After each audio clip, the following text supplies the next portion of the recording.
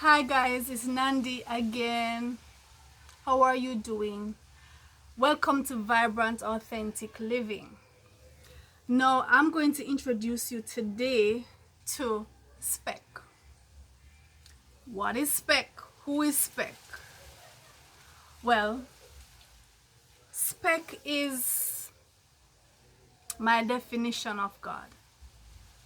SPECC says like I've invented my God, because the other gods that I've encountered, they don't satisfy me.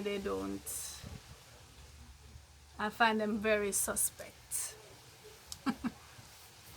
So I created SPECC. So let me explain to you what SPECC. Well, SPECC is gonna take a series of videos. I'm actually writing a book about SPECC, and SPECC is going to evolve over the years, of course. But let me just introduce you to the fundamental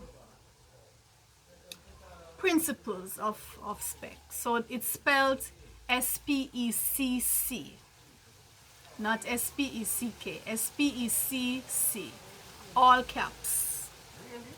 So let me tell you what it means. So S stands for simulated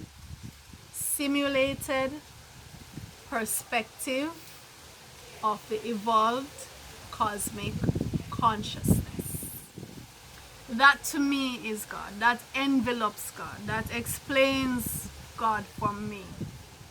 Simulated perspective of the evolved cosmic consciousness. Yeah. And the word SPECC is very important. The word SPECC, the idea of the SPECC, because what's a speck? An iota, a dot. And we are all specks. No matter where along the spectrum, you find yourself. So we are here on the earth, we are here in this creation. But in both directions, that way and that way, there is immensity. There's immensity towards as small as you can go, as small as we can conceive. It's immense in that direction. It's immense as large as we can conceive and beyond, you know. And we are somewhere remote from either ends, and we are a speck. If you want to think of yourself in terms of, think of you then as a universe unto yourself. There are organisms on you and in you that are themselves specks. You can't see them with the naked eye, but they are there, they're existing, they're functioning. You yourself are a speck on the earth. You are a speck. You are an iota compared to this organism called the earth, which is itself a speck in the solar system, which is itself a speck in the galaxy, which is itself a speck. And you get the idea, right? So this concept of SPECC is something that, you know, is very significant, and I love the fact that these words spell that acronym SPECC. Now let me go through the different aspects of the acronym. So the S, simulated in the sense that creation is projected from the minds, from our collective consciousness. Our minds is like projecting it onto the ether. It's simulated, is constantly changing, constantly reeling out. We're acting as we go along. We're making up the script as we go along. For those of us who are more intentional, we write the script and we try to go by the script. For the rest of us, it's just spontaneous, it's arbitrary, we're just going with what's happening and hoping for the best. But the reality that we see, we perceive, is as a result of that continuous reeling out of film projected onto the ether. So that's how I come about simulated, right? Because in a sense it's not really real. It's real, but it's not. It's plastic, it's changeable, it has a potential to go any which way at any given time. All right, perspective now in the sense that each of us from where we are, we see reality from a different perspective. And I will never see reality from your perspective, and you can never see reality from mine. Because even if we change positions, another time has gone. So something has changed. You will never see it the exact way that I see it. That's where I'm coming from with that, you know. So we try to be empathetic and we try to be sympathetic, but we really cannot experience another person's reality. We cannot. We just cannot. It's not possible. You know, and time is a factor, space is a factor, and these things are changing all the time. All the time. All right, so that simulated perspective. Evolved, so the E, it's constantly evolving. It's constantly changing, progressing, regressing, coming back, the cycles coming back. Constantly evolving. The creation is evolving. You as an organism are evolving. Historical events evolve, they are cyclical. Nations evolve, you know, languages evolve. If evolution is seen in every aspect of life, whether in organic life or inorganic life, evolution is ever present. In the cosmos, on a cosmic level, there is evolution. So it's a continuously evolving process. Cosmic, so the C, the first C, cosmic, because of course we're a part of the cosmos. It's one, for want of a better word, one creation, one experience, one phenomenon,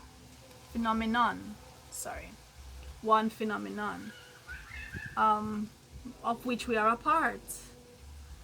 And as we evolve, you know, we have different experiences, but it's still the one thing. It's the one thing of itself.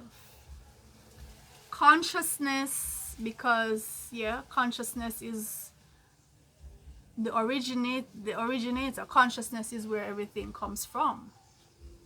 Thought. Everything springs forth from thought, from consciousness. So, simulated perspective of the evolving cosmic consciousness. That is SPECC. That is, to me, God. No atheism or agnosticism.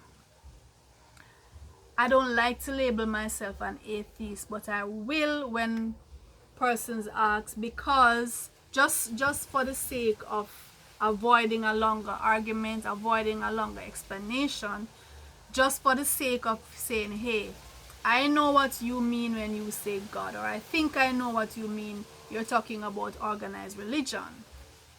You're talking about Christianity or Judaism or Islam or one of the main Western organized religions. So for me to just quickly say, yeah, I'm an atheist, is just to let you know I'm counter to that you're coming with.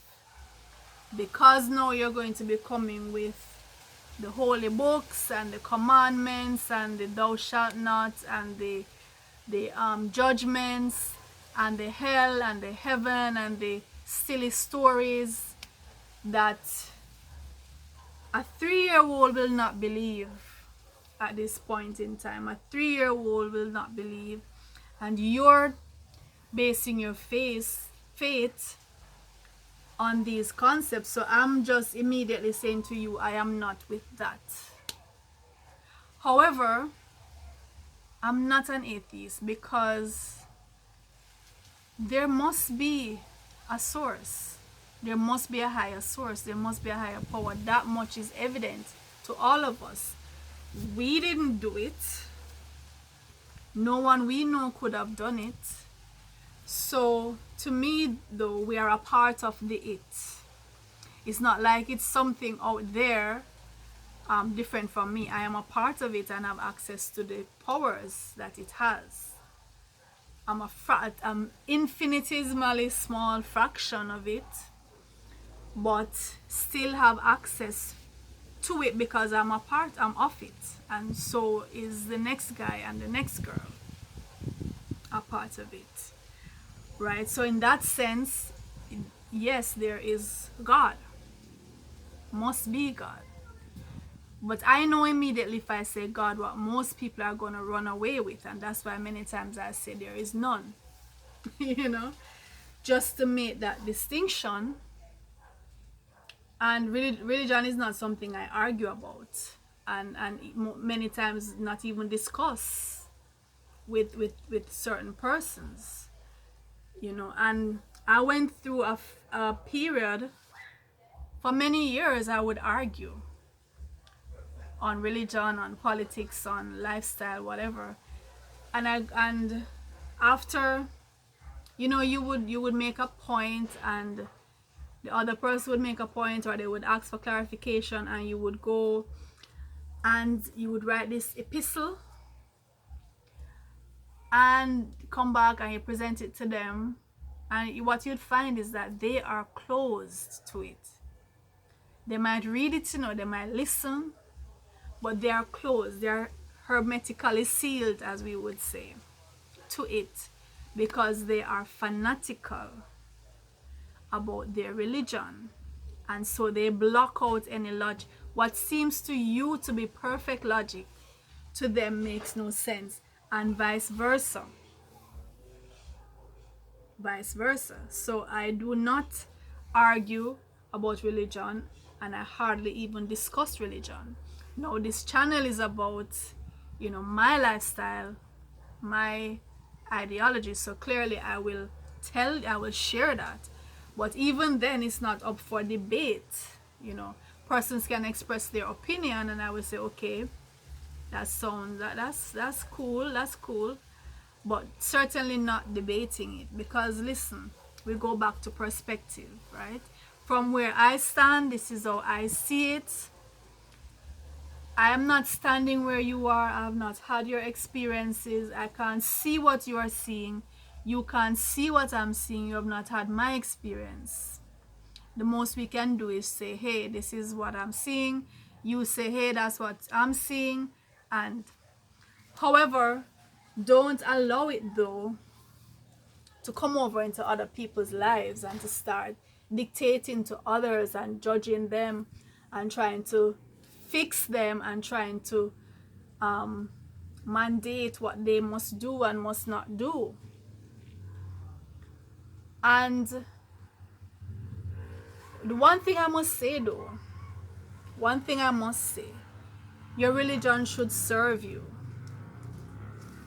Your religion should serve you, and it should not have you doing and saying things that are counter to you.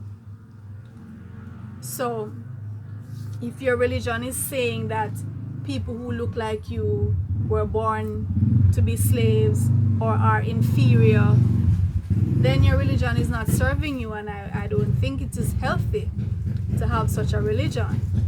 And if your religion is saying you should wait until you die to enjoy the benefits of life, that in itself makes no sense to me.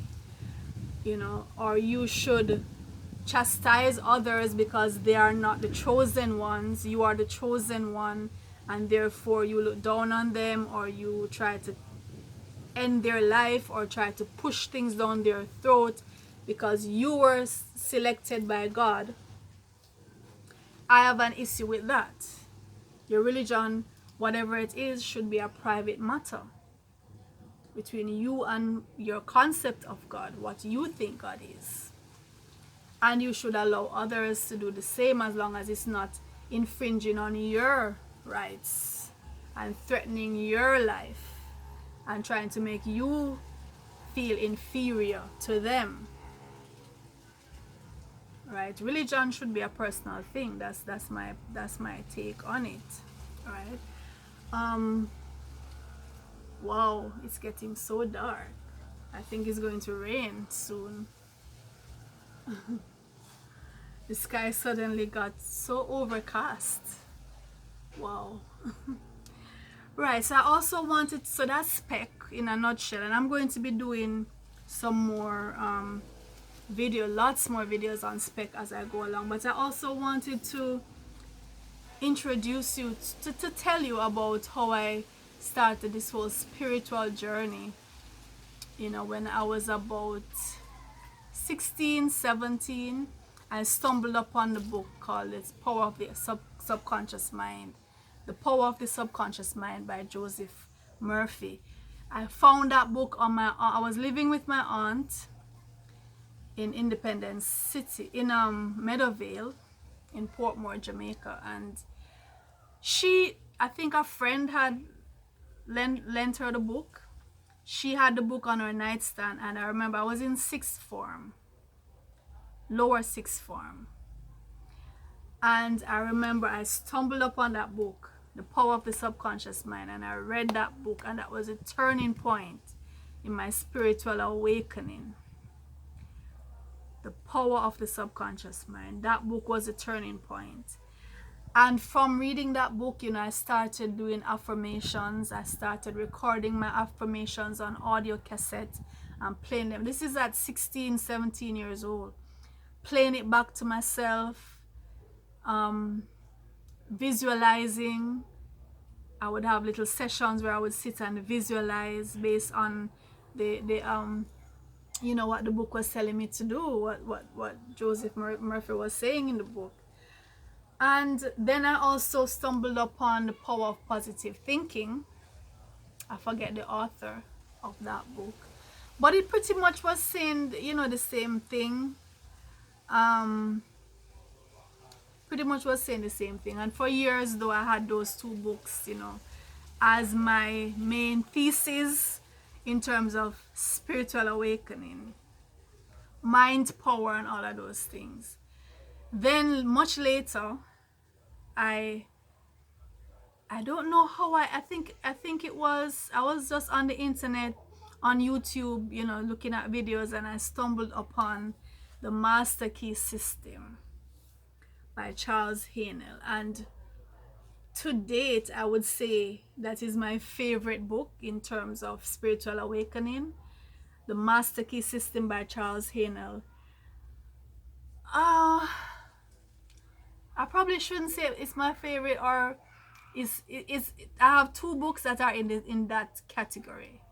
The Master Key System by Charles Haanel and As a Man Thinketh by James Allen. Those two books are neck to neck in terms of which, if I had to choose, I would tell you As a Man Thinketh would get the top.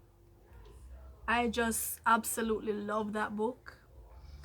And I play that book every day, every single, the audio book.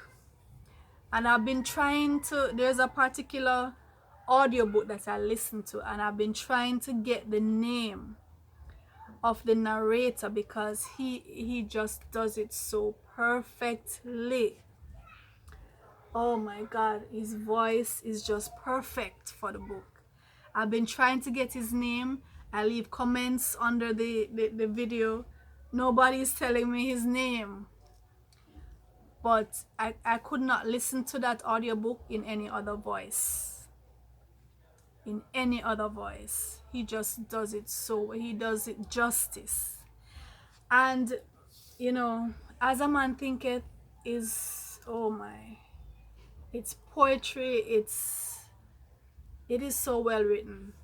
It is just so well written. I absolutely love that book. So if I had to choose, I would say that is my favorite book on mind power, spiritual awakening, power of thought, that kind of thing. As a man, I played that book.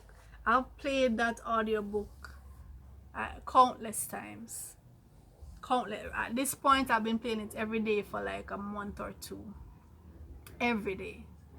Like about 3:34 in the mornings, I wake up and that's the book. That's the audio book. I'm tuning to, and it takes an hour, roughly 50 something minutes.